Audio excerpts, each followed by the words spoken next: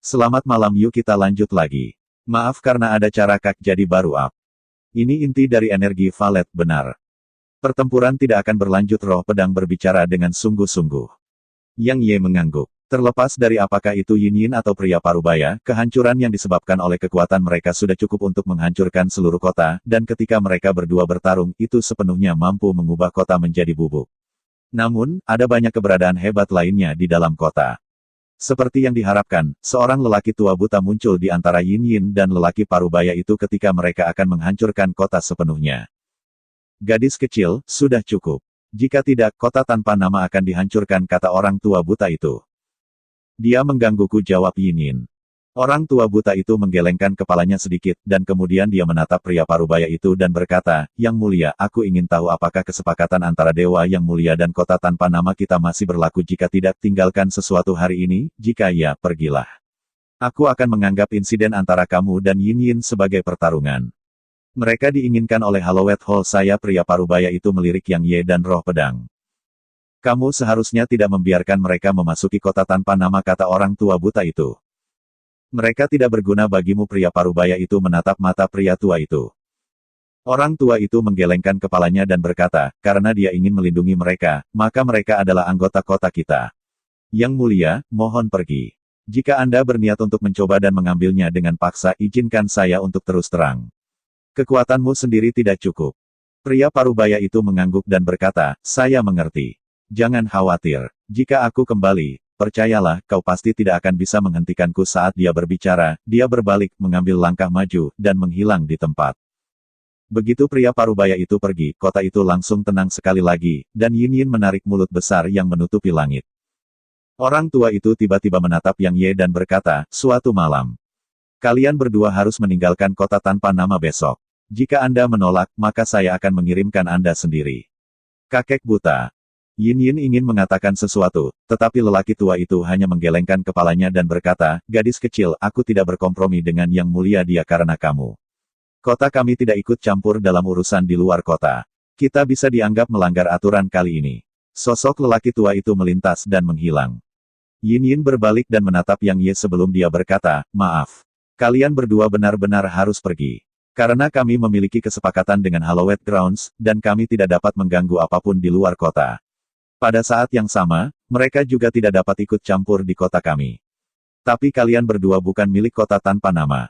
Selain itu, sepertinya sekelompok penjahat akan datang. Jadi, kakek buta dan yang lainnya sama sekali tidak akan terlibat konflik dengan orang-orang dari luar kota. Yang Ye mengangguk dan berkata, saya mengerti. Yin Yin, terima kasih. Saat dia berbicara, dia melihat sekeliling dan berkata, Yin Yin, bisakah kamu membawa kami ke suatu tempat yang tenang? Saya ingin menanyakan beberapa hal. Dia berkedip, lalu mengangguk. Di Menara Buddha, Yang Ye dan roh pedang baru saja masuk ke kamar Yin Yin ketika roh pedang tiba-tiba jatuh ke tanah. Yang Ye terkejut, dan dia buru-buru mendukungnya dan berkata, ada apa?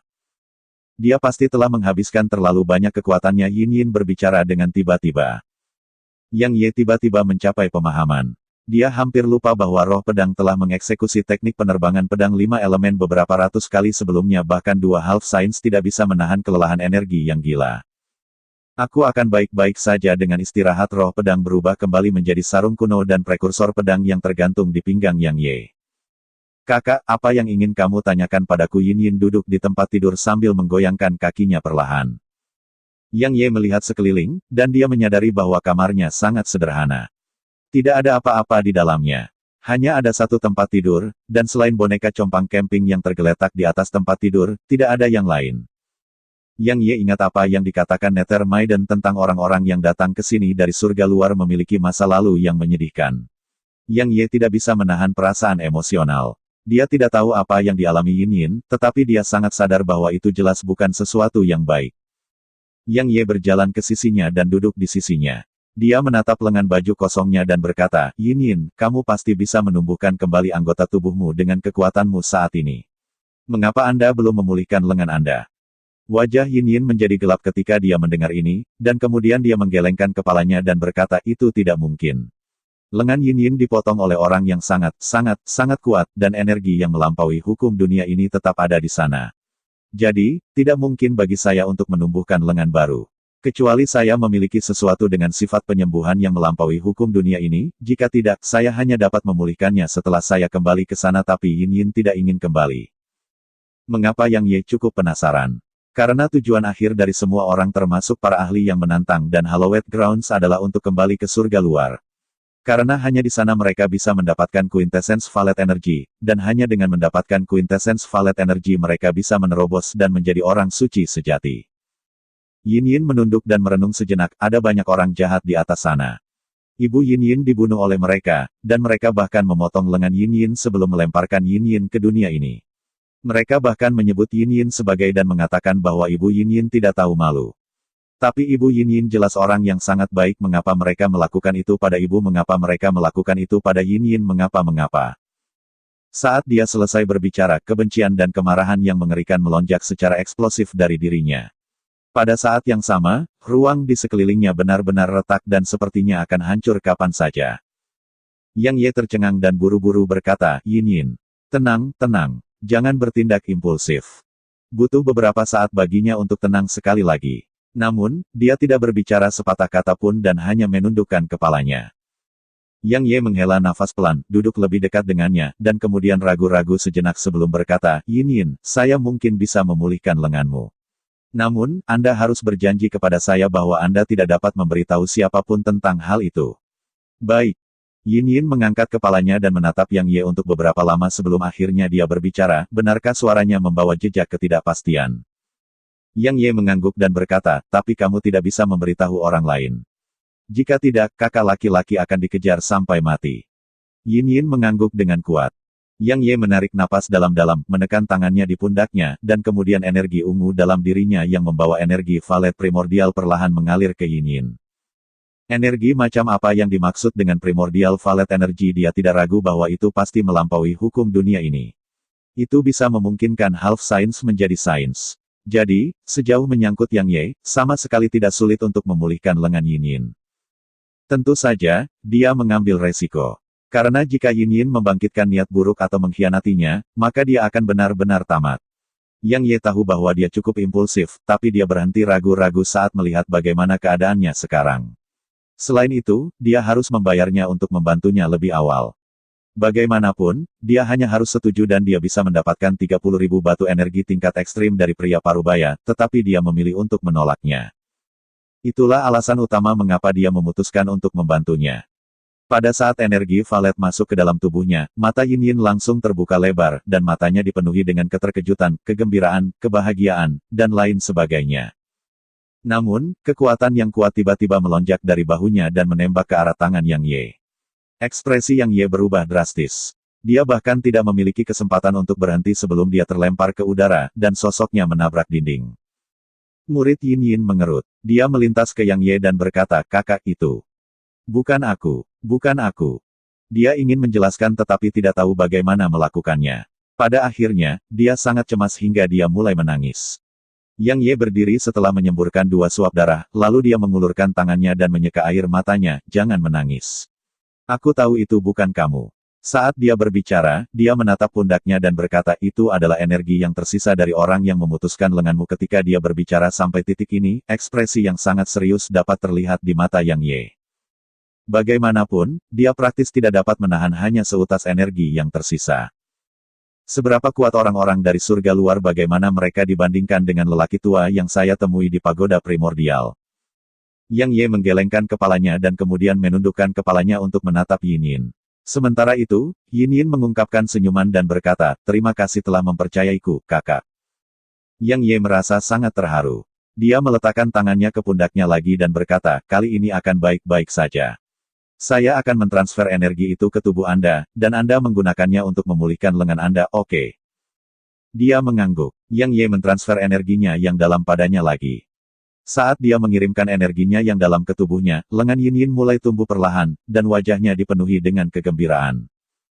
Sekitar 1 jam berlalu sebelum Yang Ye menarik tangannya, dan kemudian dia tersenyum, baiklah, kamu bisa memindahkannya. Pada saat ini, lengan Yin Yin yang sebelumnya kosong memiliki lengan di dalamnya.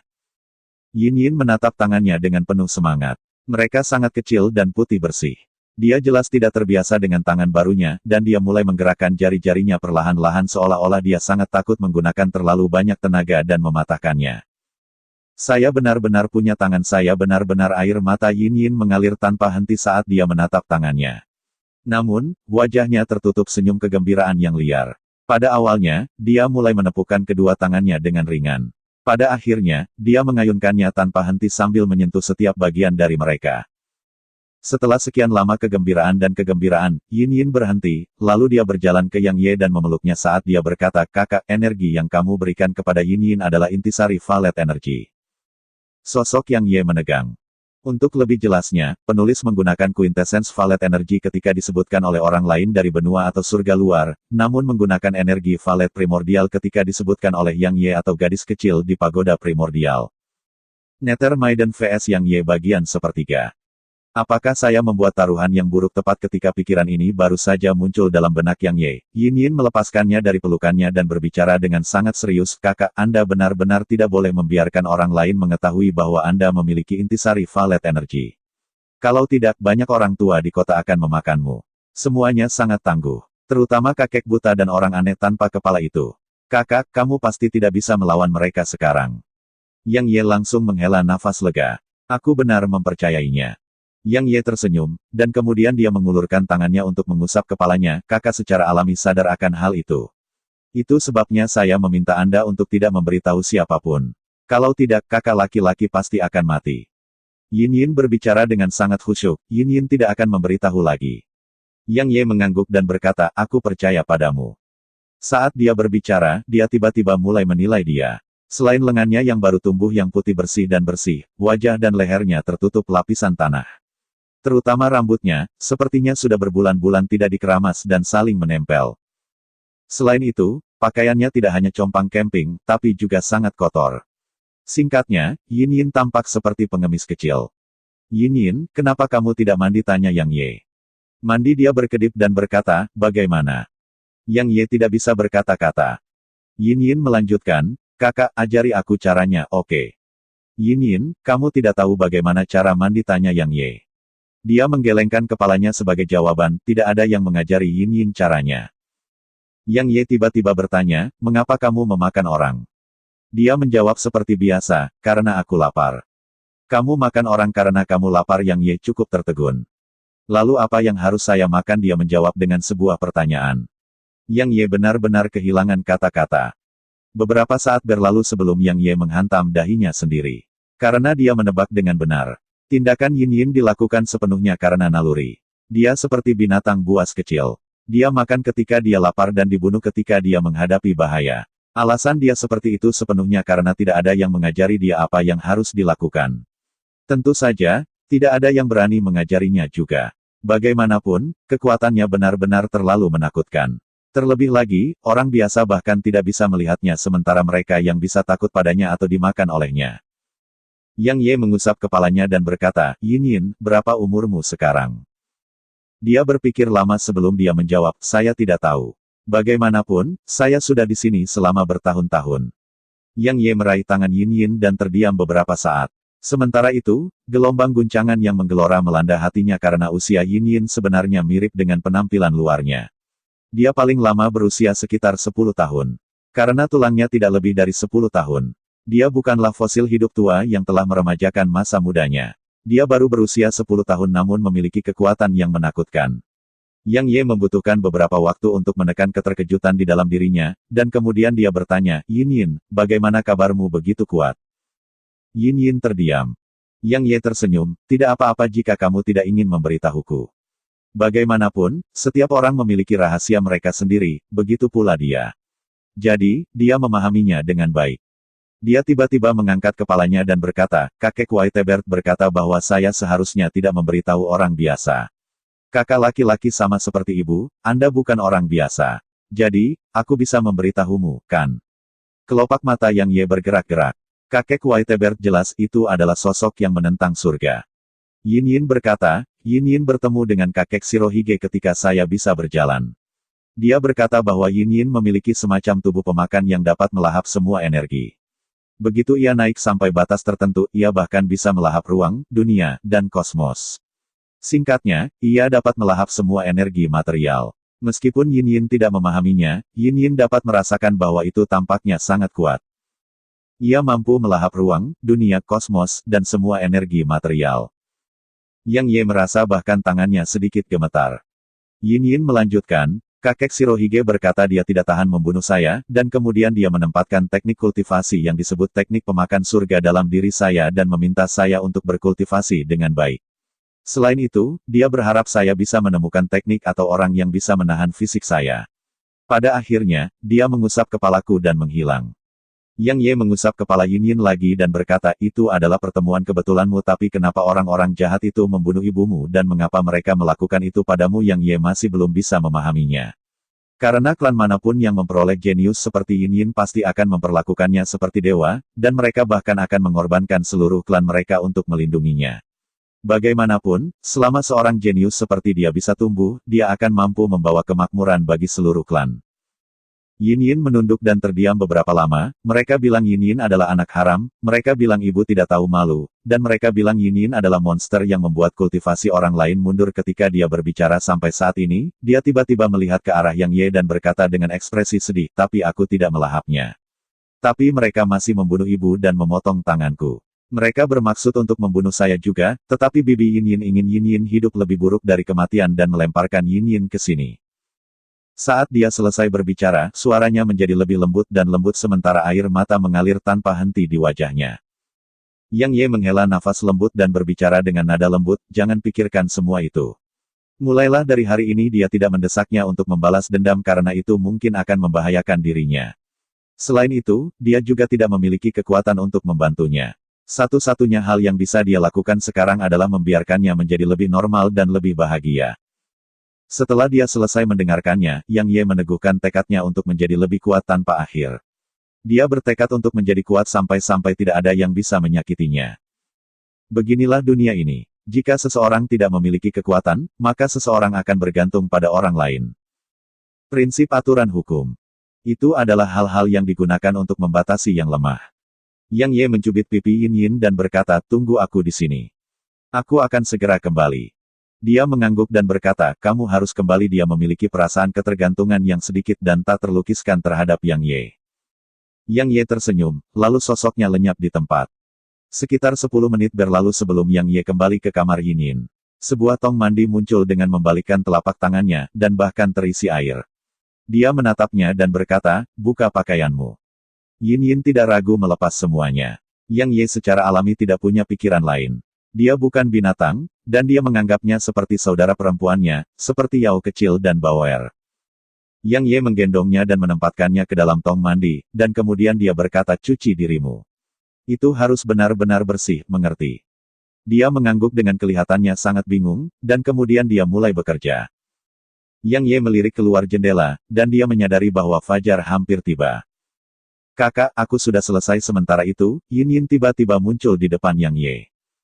Yang Ye meliriknya, dan kemudian dia tidak bisa menahan menggelengkan kepalanya, biarkan aku yang melakukannya.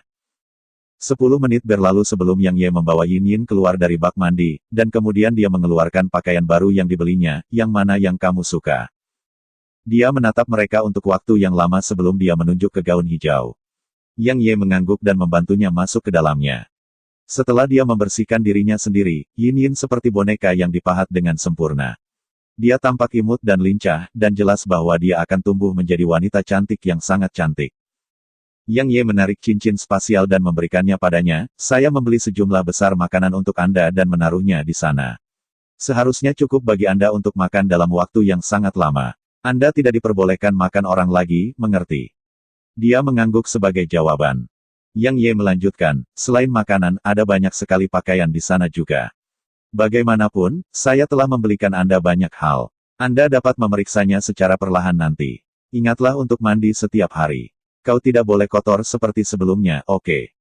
Dia mengangguk lagi. Yang Ye hendak mengatakan sesuatu yang lain ketika Yin Yin tiba-tiba mengangkat kepalanya, dan dia menatapnya dan berkata, kakak, kamu akan pergi. Yang Ye sedikit tertegun, lalu dia mengangguk. Dia tiba-tiba berkata, kakak, aku akan pergi denganmu. Yang Ye menggelengkan kepalanya. Mengapa Yin Yin sangat sedih? Yang Ye mendesah pelan dan berkata, kamu adalah bagian dari kota tanpa nama saat kamu di sini.